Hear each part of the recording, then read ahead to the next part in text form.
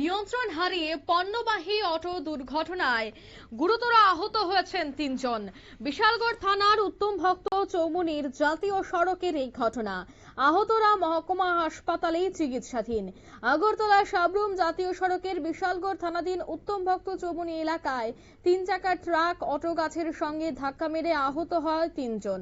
শুক্রবার সকালে আগরতলার মাছ বিক্রি করে চরিলামের উদ্দেশ্যে যাওয়ার সময় রাস্তার পাশ থেকে অন্য একটি গাড়ি হঠাৎ করে এসে ধাক্কা দেয়, আর এতে গাড়ির চালক প্যারামিয়া গাড়িটিকে আটকে রাখতে পারেনি। গাড়িটি রাস্তার পাশের একটি গাছের সাথে ধাক্কা মেরে আটকে যায়।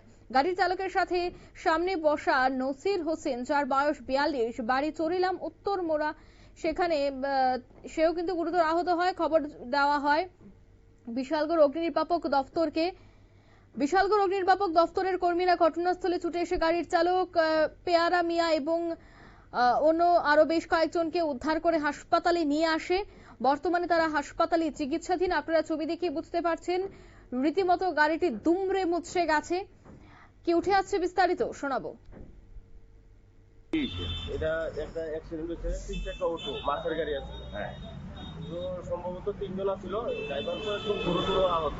ড্রাইভারের এলাকাবাসী মিল্লা সাপল দিয়ে পাড়াইয়া ফায়ার সার্ভিস আছে, তখন ড্রাইভারের পুরোমতো উদ্ধার করা হয়েছে। অনেকক্ষণ যাবত আসছিল, একদম ড্রাইভার একদম গুরুতর বিশালগড় নিয়ে গেছে। হ্যাঁ, বিশালগড় হসপিটালে নিয়ে গেছে, আমার তো উদ্ধার হয়েছে।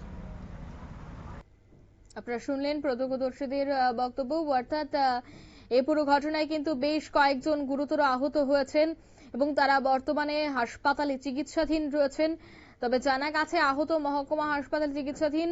বিশালগড় থানার উত্তম ভক্ত চৌমুহনী এলাকাতেই জাতীয় সড়কের সামনে ভয়াবহ দুর্ঘটনাটি ঘটে। ট্রাফিকের ব্যবস্থা নিয়ে উঠছে নানা প্রশ্ন। নিয়ে নিচ্ছি ছোট্ট একটি বিজ্ঞাপন বিরতি, সঙ্গে থাকুন।